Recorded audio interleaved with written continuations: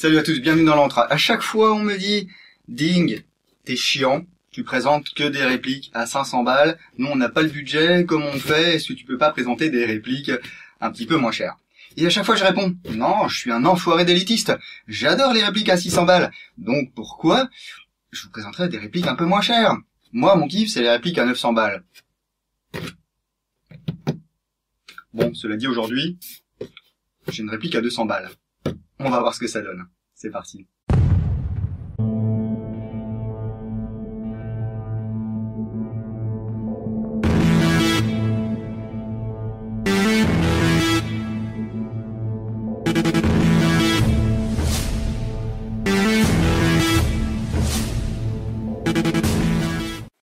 Et il s'agit d'une nouvelle réplique de la gamme Combat Series de chez Evolution Airsoft, donc Evolution Airsoft qui est une branche d'Evolution internationale. Vous commencez à connaître la marque, voilà. Je vous avais présenté une version métal de la Evolution Recon, et bien il existe également les versions Carbon Tech, c'est du polymère technique, hein. Il y a 12 versions différentes, dont 10 avec un garde-main métal, 2 avec garde-main polymère. Je remercie chaleureusement Evolution Airsoft de m'avoir envoyé cette réplique afin que je puisse vous la présenter. C'est une réplique dont le prix public conseillé sera aux alentours de 217 €. Donc là on commence à baisser un petit peu au niveau budget et ça devient un peu plus accessible pour avoir, vous verrez, des features assez sympas. On va passer sur la boîte, hein, Evolution, etc. Hop, à l'intérieur, on retrouve toujours le certificat de qualité, une sorte de contrôle technique pour les répliques. Ici c'est Cristiano qui a testé cette réplique. Numéro de série 001084 car chaque réplique a un numéro de série unique. Avec bien sûr on retrouve la notice d'emploi en français. Bon ça va dépendre du pays dans lequel vous achetez votre réplique bien sûr. Comme pour les autres répliques de la gamme, vous avez un ressort E100 qui est monté dans la réplique. Et vous avez un ressort E120 fourni à côté. Voilà, ça va permettre de s'adapter à plusieurs situations de jeu. En plus, on verra tout à l'heure, il y a un changement de ressort rapide, comme sur les autres répliques de la gamme. Donc on va réduire les coûts au maximum, pas de mousse super rigide, compacte, etc. On a cette espèce de carton mâché bizarre là. Recyclé sans doute, enfin j'espère. La réplique n'a pas trop bougé, et puis on voit que le carton, lui, il a pris les chocs. Donc il est là pour ça. On va retrouver un chargeur iCap avec une coque en acier. Chargeur iCap 300 billes.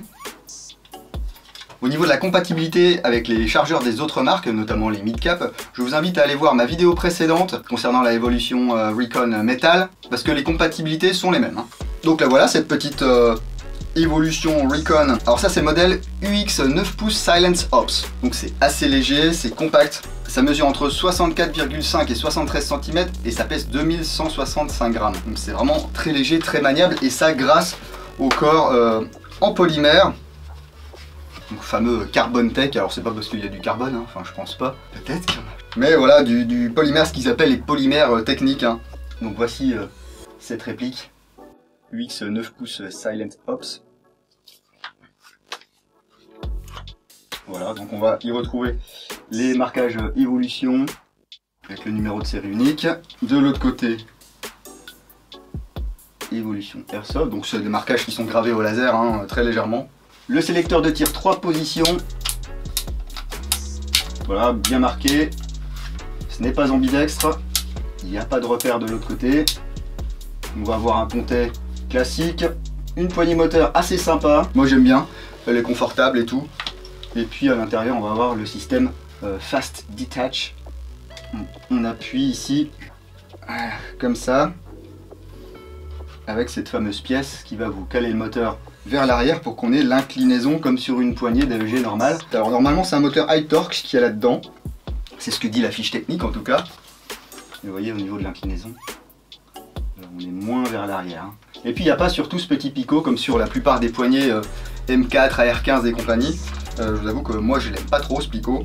Ça ressemble plus à une poignée type MacPool ou HK quelque chose, enfin un petit mix. Confortable, il n'y a pas d'arrêt de vive et tout, donc c'est maniable, c'est pas mal. On va avoir une crosse type crane, 6 positions. Alors elle est assez dure à actionner sur cette réplique.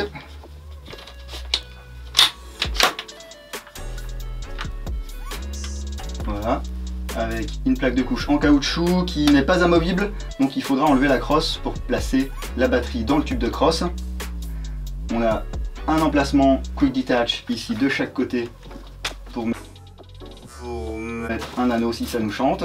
Pas de repère sur la crosse, donc si vous voulez les peindre ou les marquer, c'est pas un souci. Le levier d'armement ici qu'on va pouvoir tirer, mais le ball catch ici, le fameux arrêtoir de l'ensemble mobile, n'est pas actif. Donc pour régler le hop-up ici, vous voyez la molette rouge là, bloc hop-up en plastique, grosse molette, hop, il va falloir garder le levier d'armement vers l'arrière.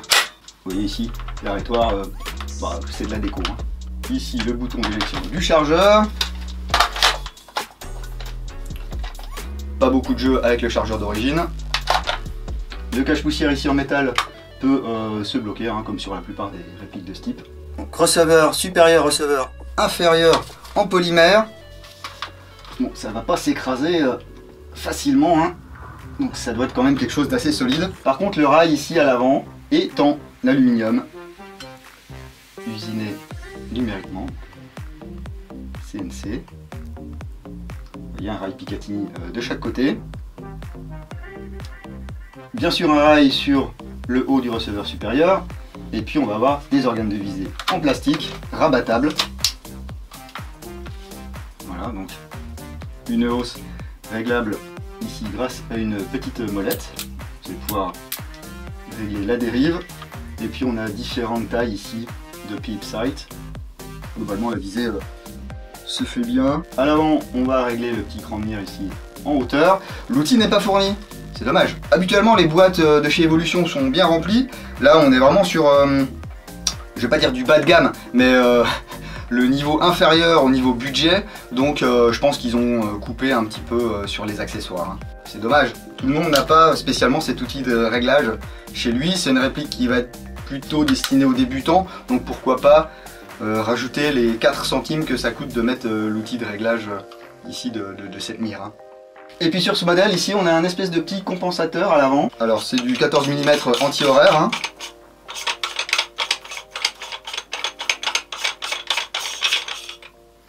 Voilà, mais vous voyez il englobe le canon interne.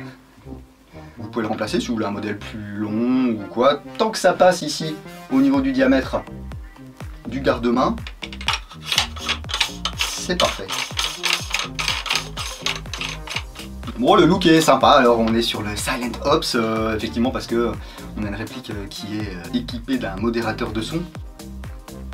Comme le canon interne est assez proche de l'extrémité, on va pas avoir un son qui est étouffé ni rien du tout. Ah tiens, il y a un filetage aussi de l'autre côté. Alors est-ce qu'on n'aurait pas un modérateur qui fait d'un côté 14 mm horaire et de l'autre côté 14 mm anti-horaire? Ouais, si, c'est exactement ça. Donc là, ce truc là vous pouvez l'utiliser si vous voulez sur une réplique avec un pas de vis en 14 mm horaire. Bon, c'est pas mal franchement pour une première réplique, ouais, pourquoi pas. Alors on va voir ce que ça a dans le bide. Donc pour mettre la batterie, on enlève la crosse. Ici on retrouve la connectique Tamiya Mini. On va peut-être pas commencer par une 11 v 1, même si normalement ça tient. Hop là, on change les lunettes. Toujours considérer une réplique comme étant chargée, même si là elle ne l'est pas manifestement.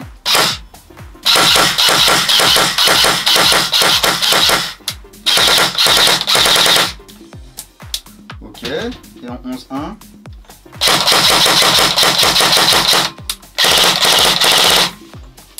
Bah écoutez, c'est pas mal pour une petite réplique comme ça à 200 boules en sortie de boîte.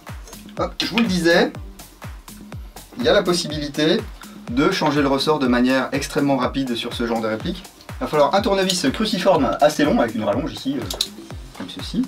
On dévisse le tube. Voilà. Vous pouvez ou non choisir de virer le tube. Hop, je vous montre comment ça se passe. Voilà. Ici vous avez la cale et puis la vis. Comme ça, si vous voulez démonter le tube ou quoi, ou décabler ou que sais-je, vous pouvez démonter le tube. Ici, ah bah oui, je vous avais pas dit, mais il n'y a pas d'anneau attache-sangle à ce niveau-là. Il y a juste une cale. Moi, j'aimerais bien avoir un anneau attache-sangle. Il est chaud à enlever, Voilà. Ouh, pas facile, Vous voyez, par contre ici c'est en métal. Et on va pouvoir normalement y mettre tout attache-sangle compatible AEG. Par exemple ici une copie de MacPool ASAP. Hop. Voilà, vous voyez, ça passe. Hein. Ça va permettre de mettre une sangle 1.1 et puis de ne pas être embêté. Bon, je vais remettre sa pièce d'origine quand même. Parce qu'après ça biaise les trucs. Il y a des gars qui comprennent pas et disent oui mais moi je l'ai acheté, il n'y avait pas d'anneau attache-sangle. Oui c'est ça quand on zappe une vidéo qu'on fait 30 secondes, 2 minutes 30, 4 minutes 20, 6 minutes 12, entre on sait pas ce que le gars il raconte. Non, ici on va pouvoir avoir accès au guide de ressort avec une clé Allen, c'est du 6. Et là on va pouvoir changer le ressort. Au niveau des vélocités de base de cette réplique, et ben pendant que je remonte, je vous propose de voir les tests chronie.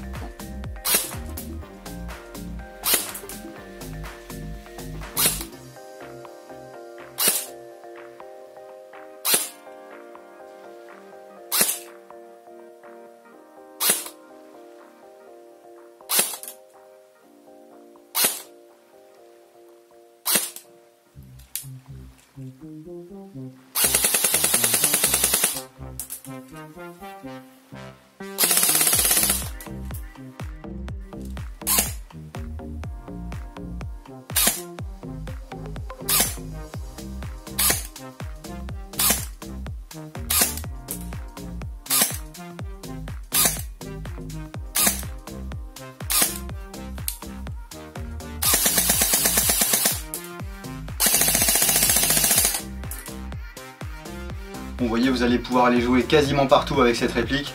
C'est vraiment sympa.